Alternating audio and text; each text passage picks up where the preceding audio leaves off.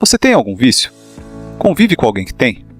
A chance é enorme de que você tenha respondido sim às duas perguntas, pois nossa sociedade não anda nada saudável. Os vícios são tão comuns que atingem uma parcela enorme da população mundial, e isso tem um grande impacto em nossa vida, tanto de forma individual quanto coletiva. Mas o que é um vício, afinal? No que podemos nos viciar? Será que vício tem cura? Como se livrar deles?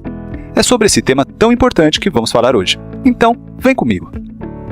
Para começar, vamos entender o que caracteriza um vício.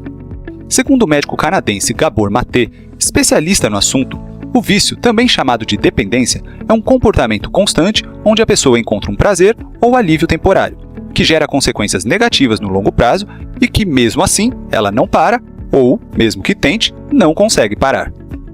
Podemos nos viciar basicamente em qualquer coisa, como compras, comidas, jogos de azar, hábitos considerados saudáveis, celular, videogame, sexo, trabalho e até mesmo água ou música. E segundo o próprio Gabor, o mundo todo está repleto de vícios e compulsões em quase todos os níveis. E para piorar, existe toda uma economia baseada em atender a esses vícios. Ou seja, o sistema e as empresas querem que as pessoas continuem viciadas de inúmeras maneiras, pois isso é lucrativo. Mas por que esses vícios surgem, afinal? Para entendermos isso, precisamos entender quais são os benefícios que eles geram no curtíssimo prazo. As frases comuns entre pessoas com os mais variados vícios nos mostram muita coisa. Elas costumam dizer que aquele vício oferecia um alívio para a dor, gerava uma sensação de conexão, dava uma sensação de significado ou até mesmo de estar vivo. Ou seja, aquele vício preencheu alguma necessidade humana naquela pessoa que ela não estava conseguindo preencher de outra forma. Portanto, uma parte principal dos vícios tem a ver com não suportar estar presente em sua própria vida. E aqui temos um fato muito importante. Quando se olha para uma população de dependentes químicos, o que se observa é que quanto mais adversidades na infância, maior o risco de dependência. Então, isso mostra que o vício está sempre relacionado a traumas e adversidades na infância.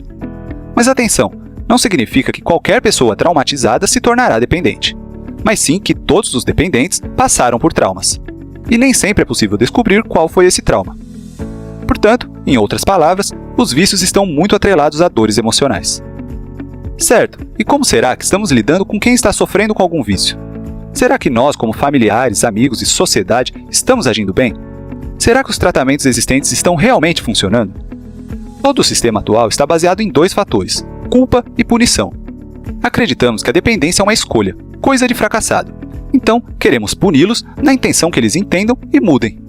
E assim, agredimos, envergonhamos e até colocamos fichas criminais em muitos dependentes. Ou seja, nós criamos mais barreiras para eles se sentirem conectados com a sociedade e encontrarem um sentido na vida. E como já mostramos, um dos fortes fatores que levam muitas pessoas a se tornarem dependentes é exatamente essa sensação de desconexão, de falta de sentido na vida. Portanto, é óbvio que esse sistema de punição não vai funcionar. Muito pelo contrário, deixará a situação ainda pior. E perceba que não estou falando apenas do sistema público, leis e tratamentos. Nós, como sociedade, também fazemos isso. Fazemos isso como amigos, familiares e até como cidadão comum no dia a dia. Em todos os níveis, olhamos para os dependentes como seres fracassados que escolheram o caminho errado. Então, é importante quebrarmos esse mito. Vício não é questão de escolha. E também não é genético, como muitos dizem por aí. É muito comum vícios virem sim de família, mas tende a ser muito mais comportamental do que genético. Por exemplo, uma pessoa pode ter tido um pai alcoólatra, que era ausente e até lhe batia. E agora, como adulta, acabou se tornando alcoólatra também. Ou seja, ela teve traumas e dores emocionais e acabou encontrando na bebida um pouco de alívio para aquela dor. Pode sim haver uma predisposição genética, mas isso é diferente de predeterminação genética. Ou seja, aquele indivíduo não está programado para ter aquele mesmo vício. Mas e os tratamentos? Será que não funcionam? Será que os profissionais de saúde não sabem o que estão fazendo? Segundo o próprio Gabor Maté, que já ganhou o prêmio pelo seu trabalho, estamos falhando até mesmo no meio médico. Ele diz que o estudante comum de medicina nos Estados Unidos não costuma participar de uma única aula sequer sobre trauma emocional. Então, como podemos esperar que esses profissionais saibam lidar com a raiz do problema? Como todo o sistema está baseado na punição, a maior parte dos profissionais de saúde continua acreditando nessa ideia e atuando dessa forma. Mas se tudo isso está errado, então o que podemos fazer a respeito? Vejamos o caso de Portugal. Nos anos 2000, Portugal tinha um dos piores problemas com drogas na Europa. 1% da população era viciada em heroína, que é uma espécie de alucinógeno. Por anos, eles ficaram tentando esse modelo americano baseado na punição, que pune de diversas maneiras, estigmatiza e envergonha os viciados cada vez mais, e que é usado por inúmeros países, incluindo o Brasil. Resultado, a situação só se agravava no país. Incomodado com isso, um dia o primeiro-ministro montou um comitê com vários cientistas, liderado pelo Dr. João Goulão, com o intuito de encontrar soluções que mudassem esse cenário. A solução que encontraram foi que o governo deveria descriminalizar todas as drogas, da maconha ao crack. Parece absurdo, não é verdade? Mas não fizeram apenas isso. E aí vem o ponto principal que faria a ideia funcionar. O governo também deveria pegar todo o dinheiro que gastavam em métodos que isolavam e desconectavam os viciados e, ao invés disso, gastá-lo para reconectá-los à sociedade. E a base dessa ideia de reconexão era um forte programa de criação de emprego para os dependentes e também microcrédito, para que eles pudessem criar seus pequenos negócios. O objetivo era garantir que todo viciado de Portugal tivesse uma boa razão para se levantar de manhã e tocar sua vida. E qual foi o resultado de tudo isso? De acordo com o British Journal of Criminology, o uso de drogas injetáveis caiu em torno de 50% em Portugal. Além disso, casos de overdose e HIV entre viciados também estão reduzindo drasticamente. E segundo relatos de viciados em Portugal, à medida que redescobriram um propósito, redescobriram também relacionamentos e vínculos com a sociedade. Tudo isso mostra que o grande problema dos vícios não está relacionado ao objeto de uso. Não são as drogas ilícitas, as compras, os jogos de azar ou mesmo o celular o problema. Prova disso é que se você sofrer um acidente, for internado e precisar ficar tomando diamorfina por algum tempo, que é uma espécie de heroína muito mais pura e potente, você não sairá do hospital babando em busca de mais doses. Portanto, a verdadeira raiz dos vícios é a dor emocional, a sensação de desconexão. E isso pode parecer contraditório, pois estamos vivendo em uma era muito conectada, não é verdade? Mas esse é um dos grandes problemas. Atualmente, nossas conexões são frágeis. Não estamos tendo conexões profundas nem mesmo com nossa família e amigos. Temos medo de ter esse contato mais profundo, de fazer perguntas sérias, de abrir nosso coração, de ouvir de verdade, de refletir e de sentir a dor do outro. Tudo isso envolve muita empatia e compaixão, e não estamos dando atenção a isso. Essa desconexão é a grande vilã da nossa sociedade atual. É ela que está por trás dos grandes males da atualidade, como os vícios, a depressão, a ansiedade, entre muitos outros. Falamos muito sobre recuperação individual, e ela tem o seu papel. Mas precisamos muito mais de uma recuperação social. Precisamos repensar como estamos vivendo. Certo, e o que podemos fazer então? Bom, a base de tudo é melhorarmos nossa relação com nós mesmos e também nossa relação com os outros. Precisamos desenvolver a escuta ativa, o amor, a empatia e a compaixão.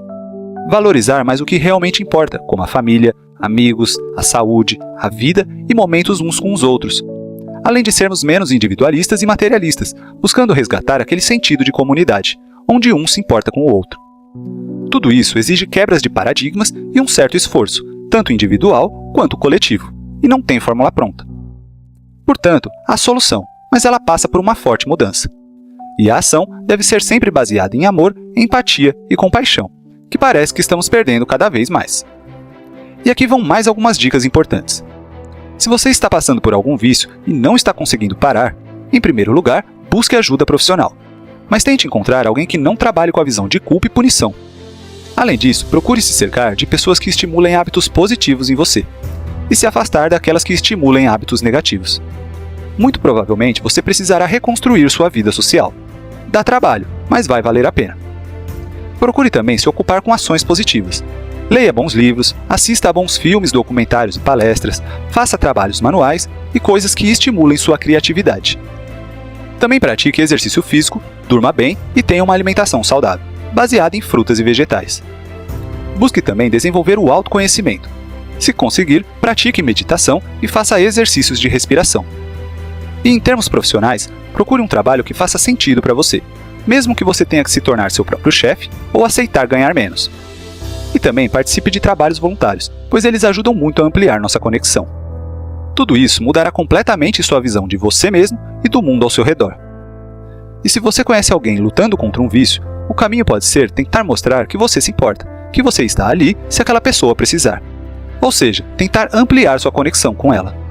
Isso não é nada fácil, e nem será a solução mágica de tudo. Mas se isolarmos ainda mais aqueles que amamos, a chance é enorme de só piorar a situação. Portanto, em todos os níveis que estivermos trabalhando, seja político, social ou individual, o núcleo da mensagem deve ser sempre: você não está sozinho, estamos com você. Lembre-se, o oposto de vício não é sobriedade. O oposto de vício é conexão. Então, vamos ampliar e aprofundar nossas conexões. E você, sofre com algum vício? Alguém que você ama está passando por isso? Compartilhe sua experiência.